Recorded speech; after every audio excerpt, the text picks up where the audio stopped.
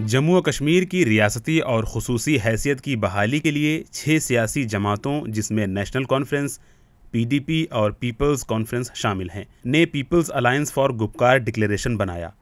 اس اتحاد نے جموں و کشمیر کے انتخاب میں حصہ لیا، لیکن اب یہ الائنس ٹوٹنے کے دہانے پر ہے۔ اس اتحاد کی تیسری بڑی پارٹی پیپلز کانفرنس کے 2 اہم رہنماؤں نے پارٹی صدر سجاد لون کے الائنس میں رہنے پر سوال اٹھائے ہیں۔ پیپلز کانفرنس کے نائب صدر عبدالغنی وکیل اور ناظم تنظیم عمران انصاری نے سجاد لون کو 2 مکتوب لکھے ہیں اور ان سے کہا ہے کہ انہیں الائنس میں رہنے کا جواز چاہیے۔ میں نے سجاد صاحب کو، چیئرمین صاحب کو چٹھی لکھی، میں نے اپنے خدشات ان کو اظہار کیے کہ یہ جو الائنس ہے جس مقصد کے لیے یہ بنائی گئی ہے وہ ایسا نہیں لگ رہا ہے، اس میں سچائی ہے اور وہ مقصد جو ہے وہ پورا ہوگا۔ مطلب جہاں تک آرٹیکل 370 کا تعلق ہے، 35A کا تعلق ہے، تو میں نے ان کو کہا کہ اگر جو گپکار پیپلز الائنس ہے اس حوالے سے آرٹیکل 370 ریسٹوریشن کے حوالے سے ان کا پروگرام کیا ہے؟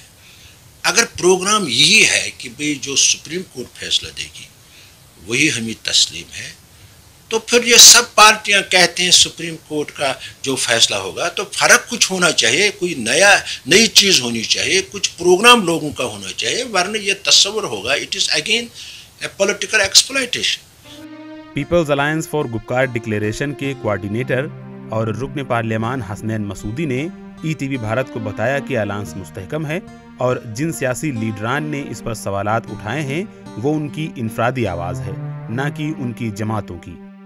نہیں وہ تو سوال ہی پیدا نہیں ہوتا۔ دیکھیے جو اتحاد ہے وہ مستحکم ہے، اگر کہیں پر کوئی آواز ہے تو وہ ایک انفرادی ہے، اپنے ایک پرسپشنز ہوتی ہیں، کوئی کسی ایک خاص پر اپنا ایک نقطۂ نظر ہوتا ہے۔ لیکن جہاں تک اتحاد کا تعلق ہے، الائنس کا تعلق ہے، وہ تو متحد ہے اور وعدہ بند ہے۔ جو منزل ہے اس منزل سے انشاءاللہ کامیابی سے ہم گرار ہوں گے، وہ منزل حاصل کریں گے، اور وہ منزل ہے کہ جموں کشمیر کی خصوصی آئینی پوزیشن بحال کرنے کا معاملہ۔